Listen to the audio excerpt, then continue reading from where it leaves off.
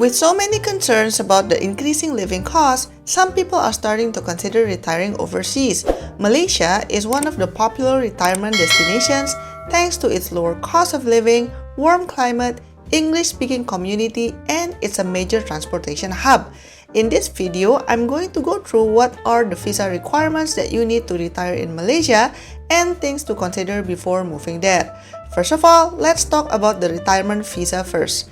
Currently, Malaysia offers a transparent 10-year renewable visa with the Malaysia My Second Home or MM2H program. Under MM2H, you can bring your spouse and unmarried children below the age of 21 along as dependents. However, you are expected to be financially capable of supporting yourself. According to some random sources on Facebook, it is said that when the Malaysian government said that you need to be able to support yourself, they expect the monthly offshore income to be regular payments from a company or a government pension fund.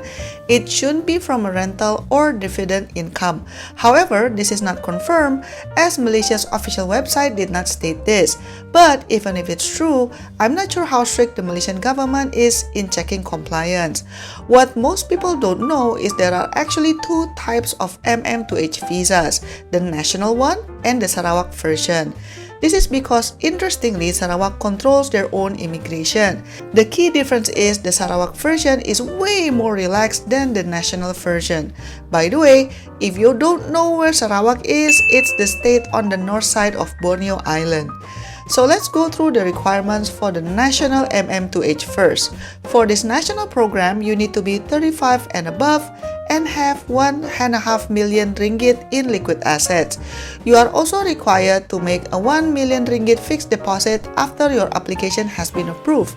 To support your day-to-day life, you are expected to have a monthly offshore income of at least 40,000 ringgit per month, and you also need to stay in Malaysia for at least a cumulative of 90 days per year. Regarding your liquid assets, after 1 year, you are allowed to withdraw a maximum of 50% of your liquid assets for approved expenses related to house purchase, car purchase, education for your children in Malaysia, and medical purposes.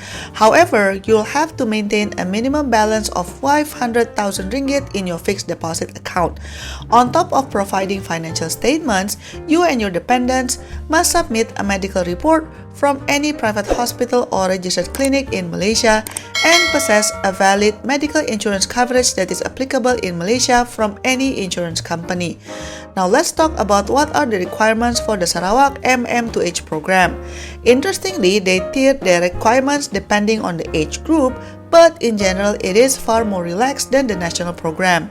If you are 50 and above, you need to have a 150,000 ringgit fixed deposit for single or double that amount for couples.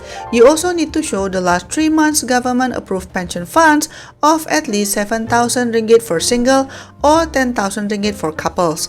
Age 40 to 49, the fixed deposit requirement is the same, but instead of asking for pension fund proof, you are expected to show monthly offshore income funds of at least 7,000 ringgit or 10,000 ringgit for couples.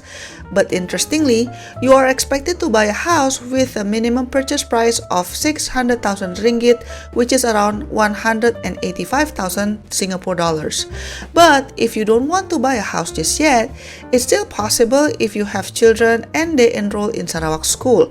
Or you can also still apply if you have a long-term medical condition and needed treatment in Sarawak as verified by registered physicians in Malaysia. Interestingly, if you are younger, like in the 30 to 40 years old range, you are not expected to buy a house, but the rest of the requirements are pretty much the same. Note that for Sarawak MM2H, you are only expected to stay in the country for at least a cumulative of 30 days per year. Are you allowed to withdraw your liquid assets? Yes, but only up to 40% and after 2 years. Same as the national version, you can use it to purchase a house, car, education, and medical purposes. Let's compare these two types of MM2H side by side, the national one and the Sarawak version. If we see in this side-by-side comparison, if you are above the age of 50 years old, the national MM2H program requires you to have $40,000 ringgit monthly offshore income or around $12,300. But the Sarawak program only requires you to have $7,000 ringgit monthly offshore income, or just above $2,100, which is more realistic for most people. For liquid assets, the national MM2H requires you to have at least 1.5 million ringgit, or around $462,000, while the Sarawak version does not require you to maintain any liquid asset. For fixed deposit, the national MM2H requires you to have at least 1 million ringgit fixed deposit, or around $380,000, while the Sarawak version only requires you to have 150,000 ringgit fixed deposit, or around $46,000. In terms of requirement to stay, the national version requires you to stay in the country for minimum of 90 days per year, while the Sarawak one is only 30 days per year. So clearly, the Sarawak government seems to be more motivated in having more expats on their land. You might ask, does it mean you have to literally live in Sarawak? Well, as of now, it seems like once you have gotten the MM2H visa, you are free to roam around Malaysia during the validity of your visa, which is 10 years, but this might change in the future. Before you decide to retire in Malaysia, there are a few things that you need to consider. Although living costs are generally lower, but the safety level depends on where you are. No matter how hard you try to blend in, sooner or later people will identify you as an expat, and that does put a target on your back on the rare occasion you cross paths with criminals. Note that this MM2H visa is not a permanent residency or work permit, so you are not supposed to run a business that operates in Malaysia or seek employment there. Another thing is that Malaysia is a Muslim majority country, so it is important to be respectful of local customs and traditions. In terms of clothing, for example, you might need to cover up even though the weather is hot, especially if you are going to government offices and hospitals. If you are seriously considering retiring in Malaysia, my suggestion is to visit it for a longer duration depending on how long your passport allows before you actually move. This is because if you only stay in a place for a few days, that might not be a good representation of how life will be if you actually live there. Start planning early, save up money, research different locations, and get all of your paperwork in order. And you do have to choose a location carefully because it can make or break your retirement.